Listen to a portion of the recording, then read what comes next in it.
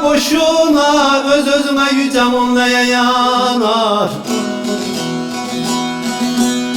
Bir gün felek tufan açar başına, hüsranla bitecek yol neye yarar, yol neye yarar.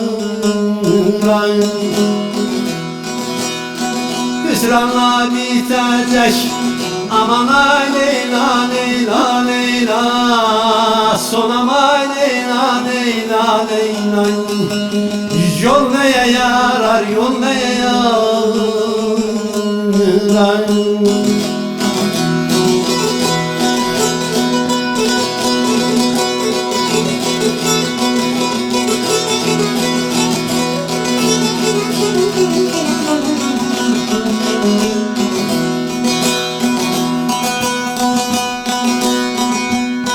Gün geçtikçe kozam eder zamana, dünya malın için olma deli divana.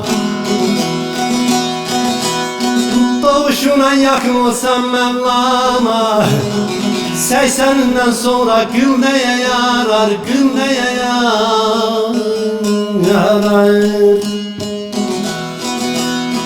80'den sonra aman ay, aman ay, aman aman. Sonam ay Leyla, Leyla, Leyla. Gül neye yarar, gül neye yarar.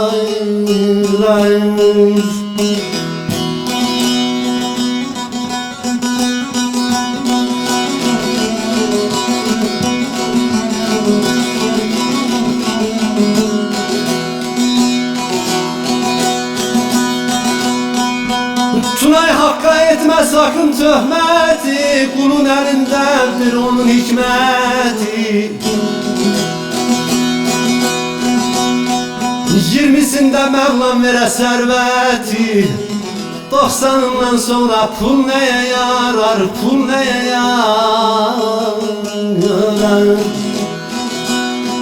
90'dan sonra aman ay, aman ay, aman aman.